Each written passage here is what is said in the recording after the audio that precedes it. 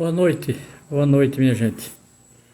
É, Boa noite a todos que estão aqui. É, Hoje eu vou seguir a proposta de lives que eu tenho feito nos últimos meses, principalmente agora em 2024, por conta dos 60 anos do golpe militar brasileiro, né? E eu quero dedicar essa noite ao teatro, né? A minha ideia é trabalhar um pouco como a produção cultural desse período pós-64 representou o golpe, alegorizou o golpe, principalmente resistiu ao golpe de 64. Principalmente esse período, né? Nós temos uma experiência cultural muito rica desse período, apesar da ditadura. Nós temos uma experiência cultural muito produtiva, apesar da ditadura, né? Isso foi importante no cinema, por exemplo, na literatura. Boa noite, Anderson. Na literatura, tanto no conto, na poesia, como na ficção. A ficção foi fundamental. A ficção romanesca, né, foi muito importante. A música, por exemplo, as artes plásticas, de modo geral, a pintura, né, lembremos o papel fundamental de Ilcildo Meirelles. Agora, o teatro, ele tem uma peculiaridade. O teatro merecia, inclusive, ser mais estudado. O teatro, durante a ditadura militar, deveria ser mais estudado, e eu vou tentar provar aqui. Porque, diferentemente das outras expressões artísticas, a ditadura, ela censurou, perseguiu, mas ela não tentou exterminar. No teatro foi diferente. Houve uma tentativa de exterminar o teatro brasileiro, né? Havia um ódio muito particular de setores da ditadura e da direita brasileira contra o teatro brasileiro. Isso foi muito ruim, porque isso legou, até hoje o teatro brasileiro, ele pena com esse legado, né? Ele pena com esse legado. É uma história que merece ser contada e recontada, né? É uma história que merece ser pensada e repensada, porque a peculiar situação do teatro brasileiro durante a ditadura militar. O teatro brasileiro político, principalmente teatro político. Aquele teatro que tinha sido gestado ali na segunda metade dos anos 50, aquele teatro que nos anos 60 se radicalizou, não é? Aquele teatro que eu vou explicar daqui a pouco, trouxe para os palcos aquilo que não era comum nos palcos brasileiros. Então, isso fez com que houvesse um processo de politização e conscientização aqui no sentido mesmo de Paulo Freire. Eu gosto muito do livro de Paulo Freire, chamado Conscientização. Eu estou tomando a palavra conscientização aqui de Paulo Freire. Houve um processo de conscientização do teatro brasileiro, não é? Formas novas de fazer teatro apareceram no Brasil. E isso é muito importante, minha gente, para entender a história do Brasil. Isso é muito importante para a memória brasileira. Isso é muito importante para uma juventude brasileira que precisa saber disso, precisa estudar isso, precisa conhecer isso. E não só pessoas que fazem teatro, né? Que honra ter aqui Zezita. Zezita, muito boa noite. Mulher de teatro, televisão, mulher de teatro e de televisão e de cinema, né? Me honra muito. E Zezita conhece muito a memória do teatro brasileiro. Então, assim, é preciso que essa memória do teatro brasileiro ela apareça para a juventude brasileira, minha gente. Eu tenho lutado por isso. Para mim, é absolutamente fundamental o tema da memória nesse 2024, em que lembramos essa coisa maldita que foi os 60 anos do golpe militar brasileiro. E a ditadura militar brasileira, ela tinha um projeto explícito para destruir o teatro brasileiro, né? Veja, a ditadura militar, ela perseguiu escritores, ela proibiu romance, ela censurou romance, ela proibiu música, ela censurou música, cantores e cantoras foram exiladas, etc. Mas não havia o interesse de destruir a música brasileira, né? Eles não queriam destruir a literatura brasileira e tal. O teatro não, eles tinham um projeto de exterminar o teatro brasileiro, né? Eu vou elencar nessa live, a partir de fontes concretas, como a ditadura processualmente, sistematicamente tentou exterminar o teatro brasileiro. Então, havia um ódio muito particular ao teatro brasileiro. Inclusive, a gente sabe que odiar é uma palavra fundamental nessa gente, né? Basta ver o que foi esse bolsonarismo maldito durante 4 anos e o que é essa extrema-direita brasileira bolsonarista, né? Então, veja, eles odeiam. Odiar é método nessa gente, né? E saibam que odiar é irmão gêmeo de eliminar, né? É quase que sinônimo de eliminar, odiar. Então, o teatro brasileiro, ele foi isso. Eu fiz alguns estudos sobre isso, eu li peças, eu fiz um levantamento de autores, comento. Por exemplo, eu sou um leitor, e essa live, para mim, é uma homenagem a ele. Eu sou um leitor de Fernando Peixoto. Eu sou fã de Fernando Peixoto. Fernando Peixoto, para mim, é um dos grandes pensadores do teatro brasileiro. Fernando Peixoto foi ator, Fernando Peixoto foi diretor, Fernando Peixoto foi escritor para teatro, Fernando Peixoto foi teórico do teatro. Um dos homens mais completos do teatro brasileiro. Eu adoro esse livro aqui, chamado Teatro em Pedaços. Teatro em Pedaços, publicado pela editora Citec. Esse livro faz a minha cabeça, esse livro faz a minha formação. Eu conheci por 2 vezes Fernando Peixoto, uma vez aqui em Aracaju, outra vez no Recife. Escutei palestra dele, além de ser um grande orador. Então, assim, uma figura fundamental, né, de saudosa memória, Fernando Peixoto, né? E muito do que eu vou dizer aqui deve-se a Fernando Peixoto e os ensaios desse livro, Teatro em Pedaços. Depois, a Iná Camargo Costa, professora da USP, aposentada, viva. Esse livro aqui, Sinta o Drama, tem 2 ensaios ótimos sobre a formação do teatro moderno brasileiro e sua evolução, e um debate sobre o teatro e revolução dos anos 60. 2 ensaios ótimos desse livro, que me ajudaram muito a entender o teatro. E um trabalho de doutorado, que eu gosto muito, porque tem um trabalho marco, né, no teatro, que é o trabalho de Cláudia de Arruda Campos, é um trabalho de doutorado, intitulado Zumbi e Tiradentes. Esse livro aqui, publicado pela editora Perspectiva. Isso aqui é uma tese de doutorado sobre 2 peças de Augusto Boal, Boal com Guarnieri, ali na segunda metade dos anos 60, já chegando o golpe, que as peças do Arena, Arena contra Zumbi, Arena contra Tiradentes. Essas peças foram fundamentais, porque elas reuniram o que tinha de melhor, em termos de ator, atriz. Há um trabalho histórico fundamental feito por Guarnieri, né, e Augusto Boal.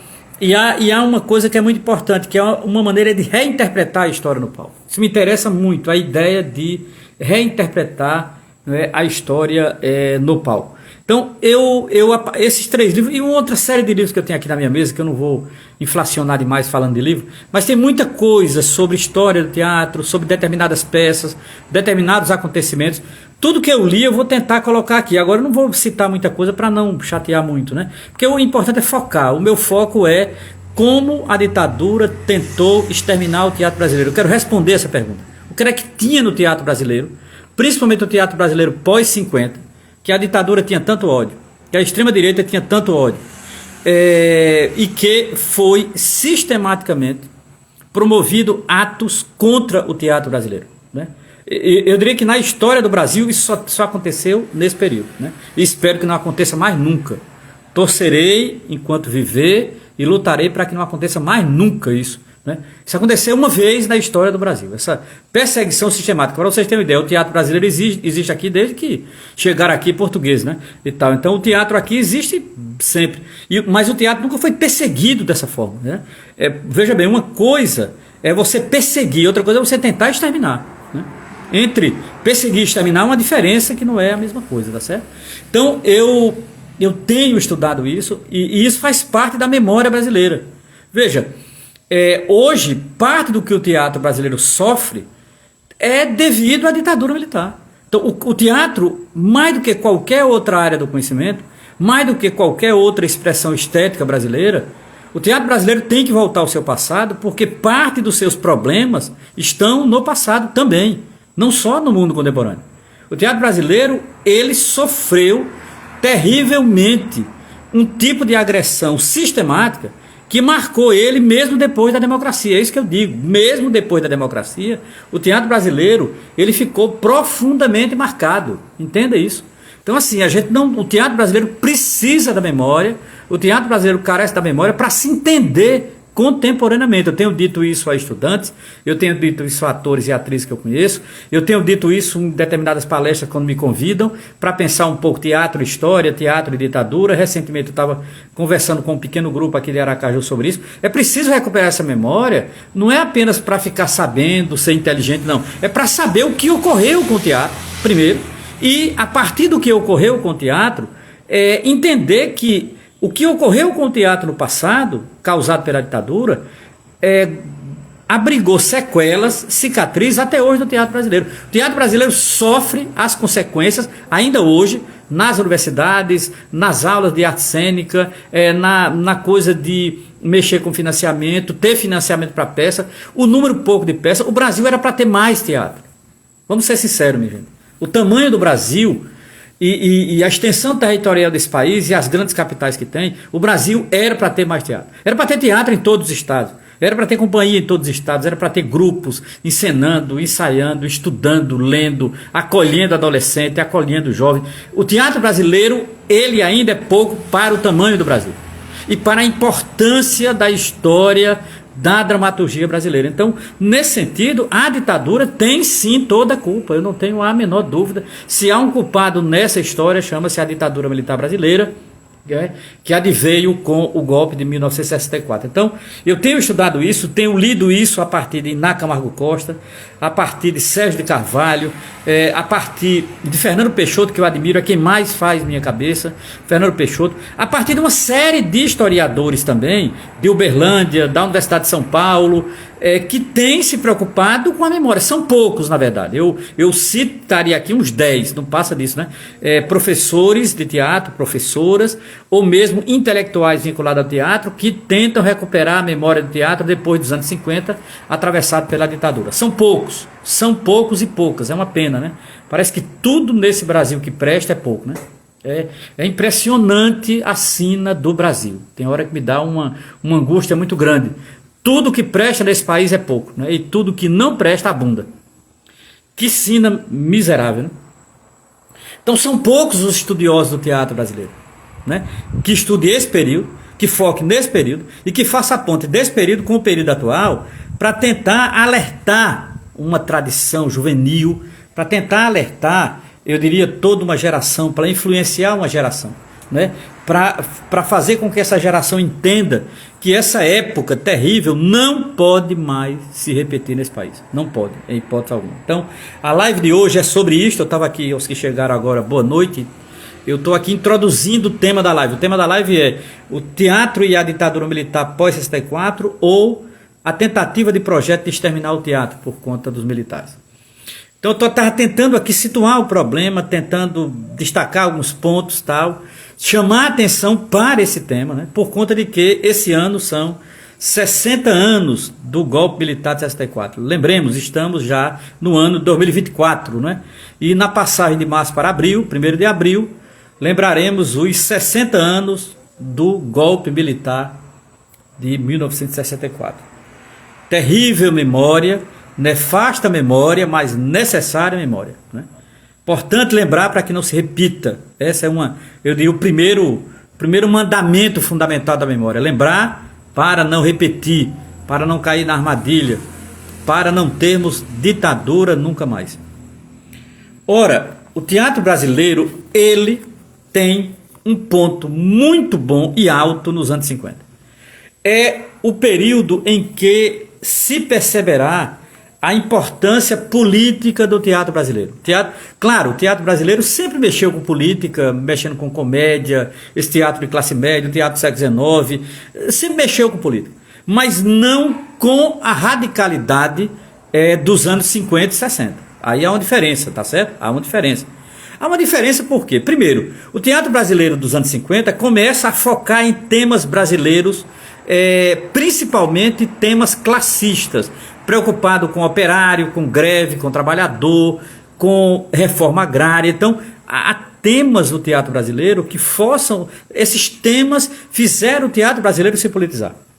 Eram temas que estavam dados no Brasil daquele período, né? A questão da reforma agrária, a questão do analfabetismo, a questão da pobreza, da miséria, a questão do Nordeste. O Nordeste era a questão dos anos 50, né?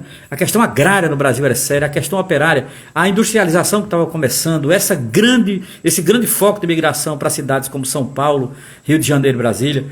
Ora, nesse sentido, o teatro começou a se tornar presente do seu presente.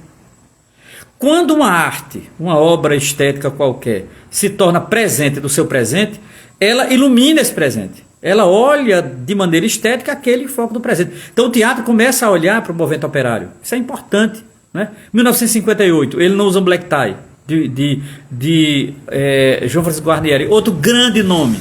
Gianfrancesco Guarnieri, grande nome do teatro brasileiro, inesquecível. Essas pessoas não podem ser esquecidas.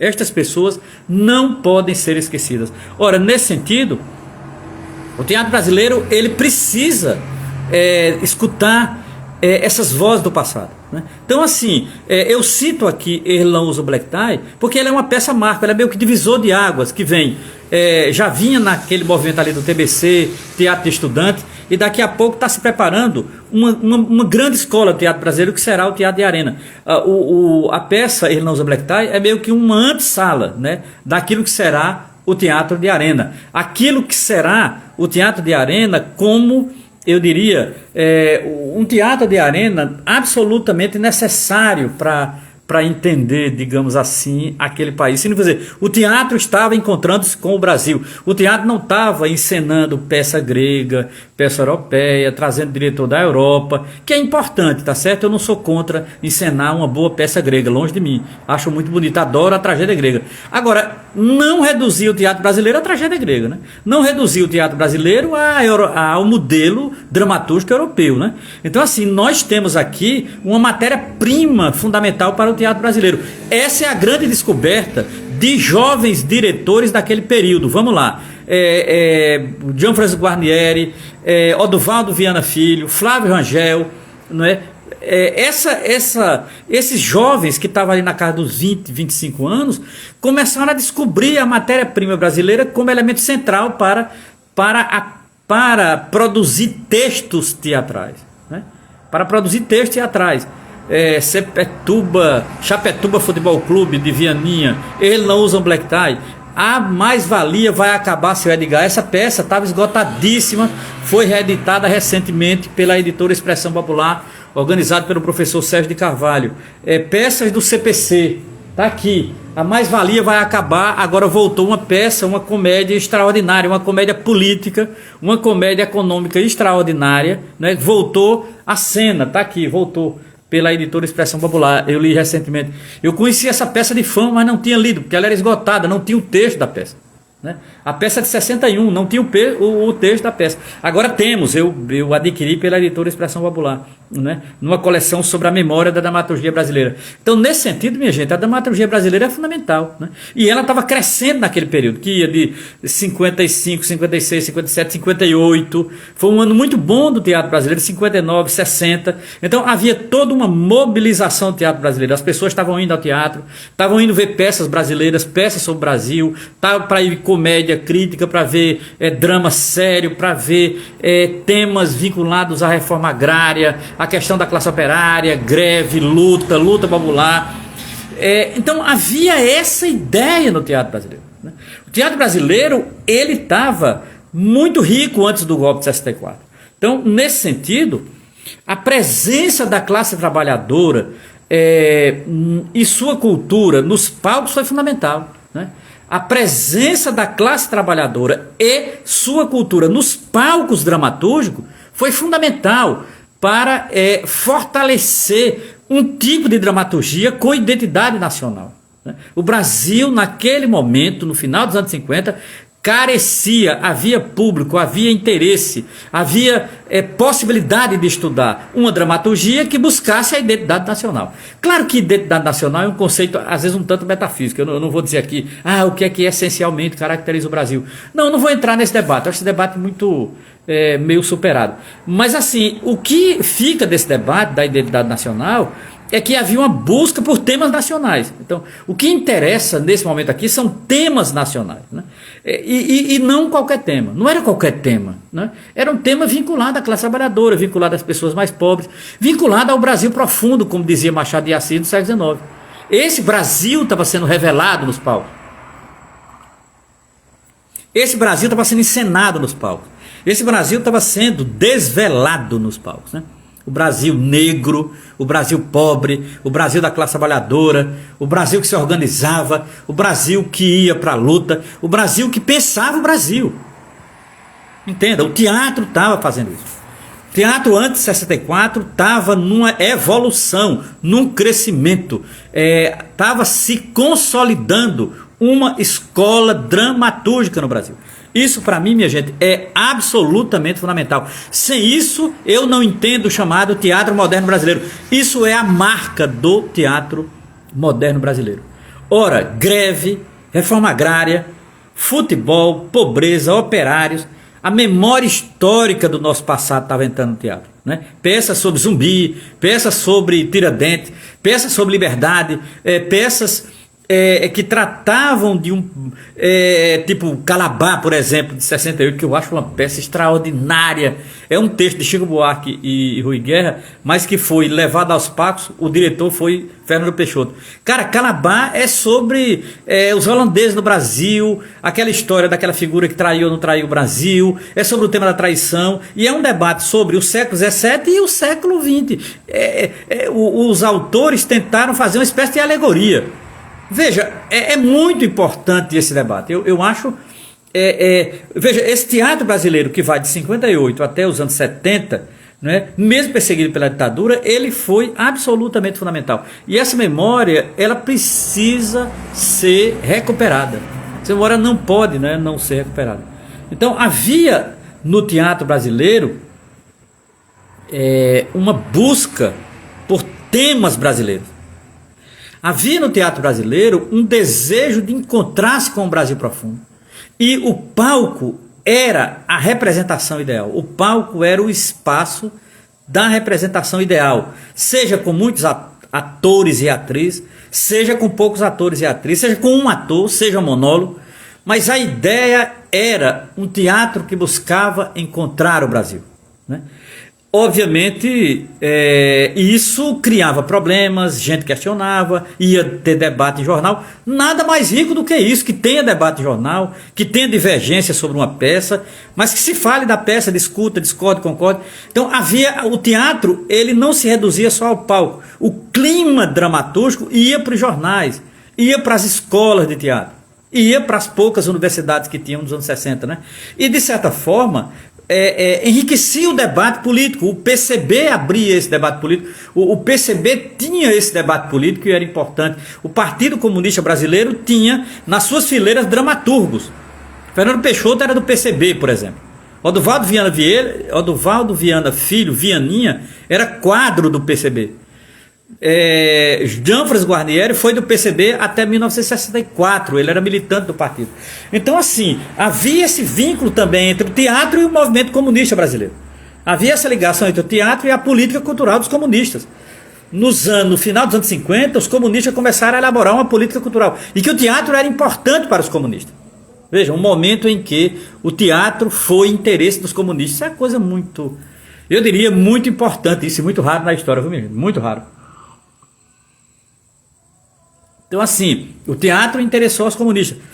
Então, havia um caldo cultural, progressista, obviamente, nada de ir para a revolução. Tem gente que, a direita, espalhou essa mentira de que o Brasil ia para a revolução bolchevique, tal, em 64. Isso é mentira, né? Esses movimentos de extrema-direita fanáticos e principalmente delirantes e adoecedores, né? Que Brasil ia para a comunismo, não ia. Agora, havia uma cultura progressista, isso é um fato. Havia uma cultura progressista no ar, uma cultura progressista de classe média, uma cultura progressista intelectualizada, não é que ela mostra as caras na segunda metade dos anos 50. Ela vai aparecer na Bossa Nova, ela vai aparecer no cinema novo, ela vai aparecer no romance, ela vai aparecer, por exemplo, na música, na pintura e no teatro. Então havia sim uma cultura progressista, né? Essa cultura progressista, ela estava, no caso do teatro, ela estava descobrindo um autor que foi fundamental para a politização do teatro no Brasil, um alemão, né? Bertolt Brecht. Bertolt Brecht, basicamente, Bertolt Brecht morre em 56, mas a obra dele já chega no Brasil pouco tempo depois da sua morte. Brecht foi muito importante. A adaptação de Brecht no Brasil, a recepção de Brecht no Brasil é um capítulo à parte. A recepção de Brecht no Brasil é um capítulo à parte. Brecht, Sartre também. Foi importante Sartre, foi importante Jean Genet, foi importante Samuel Beckett. Todos esses foram importantes para o teatro moderno brasileiro. Agora, nenhum foi tão importante quanto Bertolt Brecht, né? Quem diz isso é Fernando Peixoto, que escreveu sobre Brecht, que tem vários livros sobre Brecht. Eu sou fã de Fernando Peixoto, eu sou marcado por Fernando Peixoto. Inclusive, essa live deve muito a este livro aqui. Muito a este livro aqui. É o Teatro em Pedaços de Fernando Peixoto. Essa live deve muito a ele, porque Fernando Peixoto é uma das figuras chaves para entender o teatro moderno brasileiro. E Fernando Peixoto é um dos primeiros leitores de Brecht no Brasil. Não é o primeiro, mas é um dos primeiros. Vai trabalhar em peça de Brecht, vai encenar peça de Brecht e vai escrever sobre Brecht. Então Brecht passa a ser um autor muito importante para o teatro brasileiro, para a formação política do teatro brasileiro. Então, assim, começa esse Brecht que estava sendo traduzido no Brasil, né? Veja, a Santa Joana dos Matadouros, Galileu Galilei, a exceção e a regra, tudo estava chegando no Brasil. São peças de Brecht muito importantes, peça de Brecht que eu diria que marcante. Por exemplo, Santa Joana para mim é uma das obras-primas da dramaturgia mundial, né? Então essas peças estavam chegando no Brasil, né? Esses jovens dramaturgos como Fernando Peixoto, como José Celso Martinez Correia, como Oduvaldo Viana Filho, Flávio Rangel, eles estavam acolhendo Brecht no Brasil. Estavam lendo Brecht, eles estavam articulando, não é, a presença de Brecht no teatro brasileiro, burilando temas brasileiros a partir de uma metodologia brechtiana. Isso é, minha gente, absolutamente fundamental. Eu diria que é importantíssimo, né, para a gente pensar, não é, a dramaturgia moderna brasileira. A ideia de dramaturgia moderna brasileira passa pela recepção de Brecht, e isso é muito importante. Essa recepção de Brecht no Brasil agora não é apenas uma recepção fria de Brecht, não era apenas, não, e também não era uma recepção passiva, não era repetir Brecht. Claro que eles encenaram Brecht tal qual, até hoje encena e deve encenar mesmo, né? Brecht é um dos maiores, não há nenhum problema. Agora, não era apenas encenar Brecht tal qual, era também encenar Brecht tal qual, mas era também ser influenciado por Brecht para entender os temas brasileiros. Era trabalhar os temas brechtianos a partir também de uma ótica brasileira. Era pensar, digamos assim, temas que naquele momento, e ainda hoje eu acho que mas naquele momento eram fundamentais, né? Temas como, por exemplo, a presença da classe trabalhadora desse país. O Brasil já tinha uma classe operária mais ou menos organizada desde os anos 20. Mesmo. O Brasil tinha tido uma greve geral em 1917. O Brasil tinha tido um movimento de trabalhadores na década de 30. E o teatro parece que estava dormindo para isso, né? Não estava querendo perceber. Por quê? Porque é coisa de pobre, de operário, não sei, né? O teatro brasileiro também foi muito elitista, né? O teatro brasileiro do século XIX era muito elitista, como diz Iná Camargo Costa. Nessa maravilha aqui. Iná Camargo Costa, Sinta o Drama, outra grande pensadora. Essa é uma grande pensadora do teatro brasileiro, grande pensadora. Então, nesse sentido, o teatro brasileiro ele estava incorporando aos palcos o que tinha de mais avançado na luta dos trabalhadores, que era a classe operária, né? A classe operária estava entrando no teatro nos anos 50, ela não tinha lugar no teatro. Entenda, falar de operário no teatro, o teatro falava, mas não lhe dava o protagonismo. A diferença é isso. A leitura brechtiana dessa gente é dar o protagonismo à classe trabalhadora, como fazia Brecht na Alemanha e nos Estados Unidos. Então, nesse sentido, temas como a presença da classe trabalhadora e sua cultura, a questão da reforma agrária, por exemplo, a questão do futebol, a questão da pobreza, não é? O Nordeste, os operários, a memória camponesa, as ligas camponesas, não é? E a memória com esse passado era fundamental. E a liga brechtiana foi fundamental. Ligar com Brecht foi absolutamente fundamental, né? E ao fazer isso, o teatro brasileiro, ele se torna uma experiência libertária mesmo. O teatro brasileiro se torna uma experiência libertária. Repito mais uma vez. O teatro brasileiro, ao juntar esse caldo cultural de Brecht à pauta brasileira, o teatro brasileiro assumia essa postura, que eu chamo de uma postura libertária do teatro, e que para mim é o que mais incomodou a ditadura. O teatro tinha uma postura libertária em 64, quando a ditadura começou a olhar com olhos grandes o teatro, e desencadeou sistematicamente toda uma perseguição ao teatro brasileiro. Então, nesse sentido, o teatro brasileiro e o teatro moderno brasileiro, ele se articulava com outras formas de arte, como o cinema, a literatura, por exemplo, a televisão. Havia um diálogo com a televisão, né? Algumas peças de Vianinha foram para a televisão. Uma boa parte desses atores e atrizes que foram perseguidos e que não foram para o exílio foram para a televisão para sobreviver, porque senão ia morrer de fome, né? Então, assim, a importância do teatro brasileiro é grandiosa ali no final dos anos 50 e na década de 60 até 1964. Né? Nomes como Não Esqueçamos, Para Não Esquecer, Para Gravar na Memória de Bronze. Para gravar na memória de bronze. Alguns nomes, vou citar agora. Gianfrancesco Guarnieri, memória fundamental do teatro brasileiro. Guarnieri tem uma peça de 73 que marca a minha vida, eu adoro essa peça, chama-se Um Grito Parado no Ar. Quem nunca leu, ela tem um pedaço dela acho que no Google, tal, tem texto sobre ela. Para mim é uma das peças mais importantes da década de 70. Né? Um Grito Parado no Ar. Digamos assim, é o momento pior do teatro brasileiro. Pior momento do teatro brasileiro. Guarnieri faz uma peça que sintetiza bem o drama do teatro com o drama do país. O drama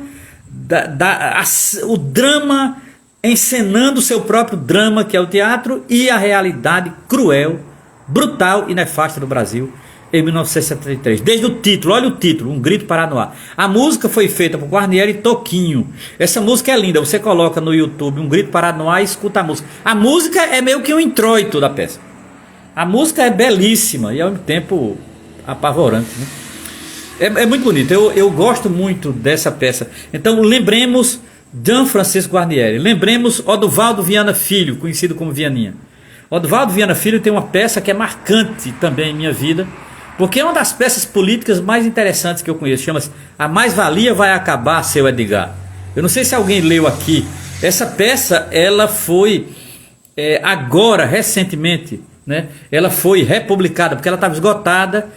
Ninguém mais tinha no mercado, você não podia ler o texto da peça, etc. A peça foi reeditada agora pela editora Expressão Popular nessa coleção aqui, peças do CPC. Aí está aqui 2 peças de Vianinha, A Mais-Valia Vai Acabar, Seu Edgar e Mundo Enterrado.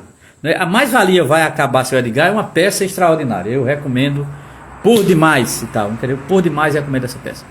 Ora, um outro nome importante é Flávio Rangel, diretor, encenador, maravilhoso. Flávio Rangel vem do começo mesmo do Teatro de Arena, é um dos fundadores do chamado Teatro de Arena.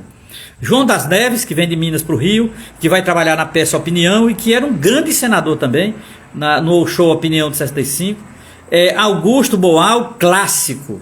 Augusto Boal, clássico. Esse é absolutamente fundamental. Augusto Boal, estudante de teatro, formador de teatro, diretor de teatro, militante, foi preso, foi torturado, foi banido do país, foi exilado. E Boal tem uma qualidade rara, é o criador de uma escola teatral. Boal é o pai do teatro do oprimido. Então assim, Augusto Boal, todas as honras e louvores, né? Augusto Boal viveu essencialmente o teatro, era um homem de teatro, de uma grande paixão pelo teatro e um grande brasileiro, de saudosa memória, um grande brasileiro.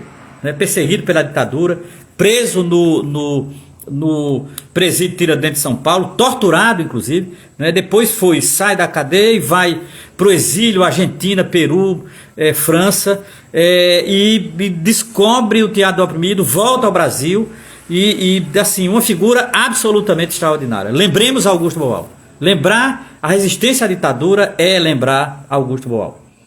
Fernando Peixoto, maravilhoso, estou aqui com o livro dele na mesa, sou fã, é quem mais me influencia na teoria teatral brasileira. Fernando Peixoto, Teatro em Pedaços, mas ele escreveu muito, escreveu uma série de trabalhos. Fernando Peixoto é um grande ensaísta do teatro brasileiro, além de ter sido diretor, ator, senador, uma figura extraordinária. Foi quem dirigiu a peça Calabar em 68, de Chico Buarque e Rui Guerra. E também dirigiu Um Grito Parado no Ar. Francisco Guarnieri, Gianfranco Guarnieri escreveu a peça e quem dirigiu foi Fernando Peixoto, de 73. Então Fernando Peixoto é fundamental, né? Fundamental no teatro brasileiro. Um nome que não pode ser esquecido. Depois, José Celso Martinez Corrêa, morreu o ano passado. Zé Celso, fundamental, né? Grande nome do teatro brasileiro, pai do teatro, um dos mentores do Teatro Oficina, não o único, mas um dos mentores do Teatro Oficina. A Mia Haddad, por exemplo, e muitas atrizes e atores e escritores que foram fundamentais no teatro desse período. O teatro desse período não se reduz só a diretores e diretoras. O teatro nesse período é também um conjunto de atrizes importantíssimas, né? Um conjunto de atrizes que são fundamentais, um conjunto de pensadores do teatro. Na verdade, eu diria, eu até queria estudar isso, né? Queria estudar muito isso. Que esse período produziu um conjunto de diretores e de atores e atrizes que são verdadeiros pensadores do teatro brasileiro, né? Pessoas que eu fico pensando em Paulo Altran, que basicamente foi ator. Paulo Altran é um pensador do teatro brasileiro, pô. Uma Fernanda Montenegro, por exemplo, né? Essa mulher foi atriz. Dizer que ela é atriz é pouco, porque ela pensa o teatro brasileiro, né? Eu fico pensando, sei lá, há uma Carlos Zara, por exemplo, há uma geração muito bonita de diretores, diretoras, atores, atrizes, né, que estavam sempre envolvidos não só com a encenação, não estavam envolvidos apenas com o fazer dramatúrgico cotidiano, mas eles também pensavam o que fazia, que eu acho que faz muita falta hoje. Para mim faz muita falta hoje nas universidades, e mesmo diretor de teatro que pensa, porque diretor de teatro que encena peça tem muito, mas sabe aquela coisa um tanto, o domínio técnico do teatro. Bons temos bons e boas no Brasil, boas diretoras, bons diretores que dominam tecnicamente o teatro, são bons, são performáticos e tal, mas pensar o teatro é a coisa mais funda, né? É o que eu chamo de uma filosofia do teatro. Isso tem menos, tem muito menos. E essa geração que tem ali Guarnieri, Vianinha, Flávio Rangel, Augusto Boal, Fernando Peixoto, essa geração, eles eram pensadores do teatro. Eles tinham meio que trocar o pneu com o carro andando, como diz um amigo meu, trocar o pneu com o carro andando. Então essa geração foi muito importante e ela foi muito perseguida. Ela foi muito perseguida, né? Desonestamente perseguida, implacavelmente perseguida, inclementemente perseguida, né? Isso foi triste, tá?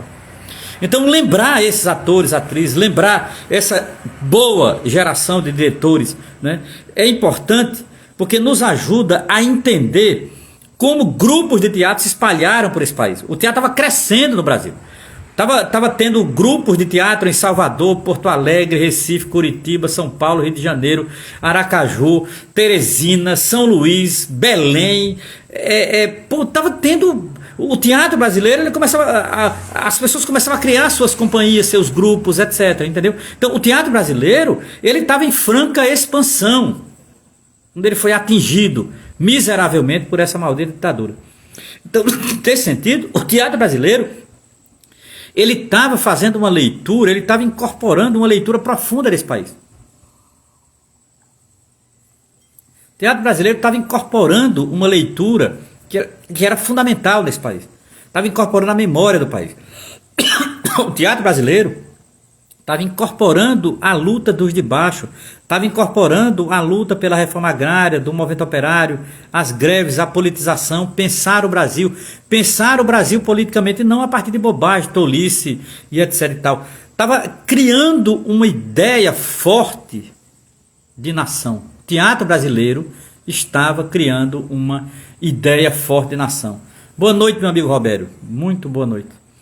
Veja, então nesse sentido, o teatro brasileiro ele estava numa liga muito profunda com o país. O que é que acontece? Vem a ditadura. Aí vem a parte final da minha fala agora desse encontro hoje.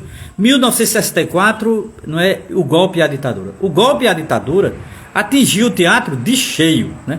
Os militares e uma extrema direita brasileira perceberam a importância desse teatro, né? Perceberam o perigo desse teatro para eles, né? E era preciso combater esse teatro, né? Eu diria que logo no começo, a ditadura, logo quando veio a ditadura, era preciso, de fato, né? Era preciso combater o teatro brasileiro. Não tenho dúvida. Era preciso combater o teatro brasileiro pela ótica da ditadura. Muito bem lembrado aqui, Zezita. Zezita teve o privilégio de ser dirigida por Fernando Peixoto em Coiteiros, de José Américo de Almeida, que é um escritor paraibano, né? E que também assistiu a peça. A encenação foi um curso de teatro. Exatamente, Zezita está na Paraíba, Zezita é atriz de cinema, teatro e televisão, e ela está em João Pessoa. E Zezita é uma veterana no teatro, é uma memória viva do teatro paraibano nordestino. E de fato trabalhou com Fernando Peixoto. Eu também, como você, Zezita, tenho imensa admiração por Fernando Peixoto. É livro de cabeceira. Fernando Peixoto é meu formador. Eu não sou um homem de fazer teatro, mas me interessa a filosofia do teatro. Fernando Peixoto é meu formador, entendeu? É absolutamente fundamental. Fernando Peixoto e Iná Camargo Costa são sempre livros recorrentes, Zezita. Muito boa noite e bom tê-la aqui. Olha, nesse sentido, a ditadura, ela atingiu de cheio o teatro, porque ela percebeu o potencial do teatro. A ditadura brasileira, ela tinha lá seus brucutus, né, seus ignorantes, mas ela também tinha gente inteligente entre elas. E eles sabiam do perigo do teatro brasileiro. E havia uma extrema-direita também preocupada com o teatro brasileiro, né? E essa gente foi para cima do teatro brasileiro no melhor momento do teatro brasileiro. Eles usaram todas as armas para destruir o teatro brasileiro. Usaram todas as armas para destruir o teatro brasileiro. Então, assim, para vocês terem uma ideia, a partir de 64, o teatro brasileiro passa a ser olhado com outros olhos pela ditadura de plantão, né? Eles começam a monitorar textos, eles começam a monitorar títulos de peças, eles começam a monitorar diretores e diretoras, eles começam a monitorar atores e atrizes, eles começam a censurar, é o início da censura. O que vai mais ferrar o teatro brasileiro nos anos 70 é a censura. A censura já começa em 64, né? 65, 66, né? E terá seu ponto mais alto em 68. 68 será o pior ano para o teatro brasileiro. Será, eu diria, quase que o tiro de misericórdia no teatro brasileiro, né?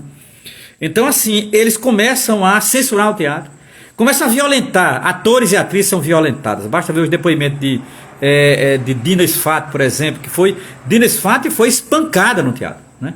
Marília Pêra foi espancada no teatro. Então, assim, não é pouco, minha gente. Marília Pêra. Então, assim, atores foram perseguidos. Flávio Rangel foi cercado na rua e teve o cabelo raspado, a cabeça raspada, por exemplo. Então, Augusto Boal foi agredido, né? Zé Celso Martinez foi preso, torturado e foi embora para Portugal passar um tempo, porque ia ser assassinado aqui no Brasil. Ele estava sendo perseguido pelo CCC, pela gangue do Comando de Caça aos Comunistas. Então, assim, a coisa se torna, digamos assim, é um terror para o teatro brasileiro. A coisa se torna cruel demais. Os teatros são invadidos. Tem casos em que bombas destroem teatro no Rio de Janeiro. Bomba destrói teatro. Você já imaginou bomba jogada em teatro mesmo? Nós temos essa história. A história tem que ser recuperada. Bomba jogada em teatro. Tá? Então, assim, a coisa não era amadora, a coisa era profissional e era necessário que assim o fizesse. Então, a coisa não era amadora, a coisa era profissional. Era necessário que assim o fizesse, né? Então, agora, sem dúvida nenhuma, entre 64 e 68, muitas peças boas ainda foram encenadas. Calabar, Arena contra Zumbi, Arena contra Tiradentes. Foram encenadas algumas peças de Brecht, foram encenadas peças do teatro russo, até 68. 68 é o pior ano para o teatro brasileiro. Primeiro porque é o ano do AI-5, é o ano da perseguição sistemática, é o ano do fechamento maior do regime, ou como aquilo que dizia Leonel Brizola, o golpe dentro do golpe, né? E a partir de 68, a perseguição ela se torna absolutamente sistemática, pensada. Isso é terrível. Porque não é uma perseguição intermitente. Não. Sai agora a perseguição intermitente e entra a perseguição sistemática. E aí nós temos uma tentativa de exterminar o teatro brasileiro. Essa é a minha tese, a partir de Iná Camargo Costa, a partir de Fernando Peixoto. A partir de 68, há um projeto nítido de exterminar o teatro brasileiro. Aí você pode dizer, mas Homero, você prova isso? Isso está provado, isso está em texto, isso está em documento, isso está em tudo. Eu vou citar aqui fatos concretos que indicam a possibilidade que a ditadura queria de exterminar o teatro brasileiro. E quase consegue. Sequelas ficaram. as sequelas da tentativa de exterminar o teatro brasileiro a partir de 68 ficou no teatro até hoje. O teatro brasileiro sofre as consequências de uma tentativa de ser exterminado até hoje. A dificuldade de fazer teatro, conseguir arrecadação para teatro, ter espaço físico para teatro, conseguir grana para financiamento, tudo isso diz respeito ao que foi feito com o teatro nos anos 60. Ora, nesse sentido, houve sim uma tentativa de extermínio do teatro brasileiro de forma sistemática. As minhas fontes são, inicialmente, Iná Camargo Costa e Fernando Peixoto. Vamos lá. O que é que eles fizeram? O que é que a ditadura fez concretamente com o projeto de extermínio do teatro brasileiro? Vamos lá. Número 1, a censura, que é o pior de tudo. Censurou tudo. Censurava, cortava, destruía a peça, mutilava a peça. Não tinha como encenar.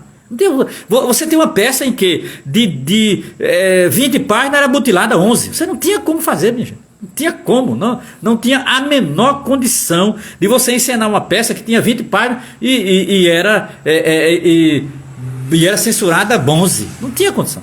Então o teatro brasileiro, ele foi sistematicamente perseguido a partir de 68. A partir de 68, o teatro brasileiro não é mais perseguido de maneira intermitente, agora é sistemático. Você veja, aquele teatro brasileiro que na segunda metade dos anos 50 crescia, aquele teatro brasileiro que se encontrava com o Brasil, aquele teatro brasileiro que aclimatava Brecht, aquele teatro brasileiro que vinha depois de, por exemplo, ele não usa black tie, aquele teatro brasileiro que estava pensando profundamente o Brasil, ele agora passava a ser perseguido sistematicamente. Aquele teatro que falou de greve, que falou de luta por reforma agrária, que falou de ligas camponesas, que falou de futebol, que falou de pobre, que falou de negro, que falou de lutas populares na história, esse teatro agora era sistematicamente proibido. E seus atores eram presos, suas atrizes eram presas, diretores foram presos, diretores foram torturadas, né?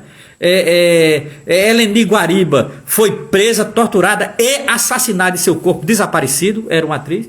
Então assim, Eleni Guariba nunca pode ser esquecida, né? É a grande mártir do teatro brasileiro. Então veja, nesse sentido, o teatro brasileiro, ele passa, digamos assim, por o seu inferno depois de 68, né?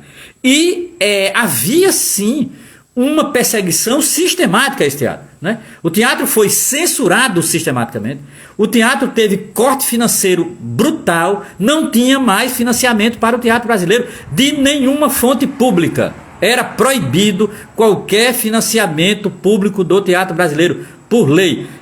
Corte de tudo, prisões de atores e atrizes, teatros destruídos e invadidos, jogado bomba em teatro, teatro destruído com bomba. O terror entra dentro do teatro, o terror vira técnica e tática contra o teatro, né? Invasões de peças eram destruídas no meio, perturbadas, completamente tirado a capacidade de concentração de atores e atrizes e, consequentemente, a peça era encerrada, não é? Destruição de teatro. Era um projeto para sufocar o teatro brasileiro. Foi um projeto para sufocar o teatro brasileiro e marcou definitivamente o teatro brasileiro. Marcou definitivamente. Eu recomendo aqui uma fonte muito precisa e preciosa. Está no YouTube, vocês podem ver. Eu vi hoje uma palestra do diretor Paulo Flores, do grupo Oi Nós Aí Travês. Do grupo Oi Nós Aí Travês. Ele tem uma palestra no YouTube intitulada Teatro e Censura Durante a Ditadura. Por favor, vejam essa palestra, tem 50 minutos apenas. Palestra maravilhosa. O diretor do grupo Oi Nós Aí Travês, o Paulo Flores. Muito boa a palestra dele, me baseei muito na palestra dele e acho fundamental que a gente recupere essa memória do teatro, né? E eu estou fazendo essas lives no Instagram por conta dos 60 anos do golpe militar agora em 2024. Já fiz uma live sobre a Igreja Católica e o golpe militar, já fiz uma live sobre a história do golpe, né? Já fiz uma live sobre a literatura e agora essa live sobre o teatro, depois terá uma live sobre a música e a ditadura militar, depois a poesia marginal e a ditadura militar e por fim eu quero fazer uma live agora, no final, já entrando em março, sobre a literatura, que é absolutamente fundamental, a literatura que resistiu, né, ao golpe militar. Então, sobre o teatro é isto. Agradeço demais a presença de todos e todas aqui, a paciência, não é? E sigamos, né? Procuremos conhecer a memória do teatro brasileiro na ditadura, porque ela é fundamental para entender o teatro ainda hoje, né? E entender também a nossa condição hoje de estar no teatro, né? É isso. Agradeço demais e muito boa noite a todos e todas e sigamos em paz. Bom final de semana.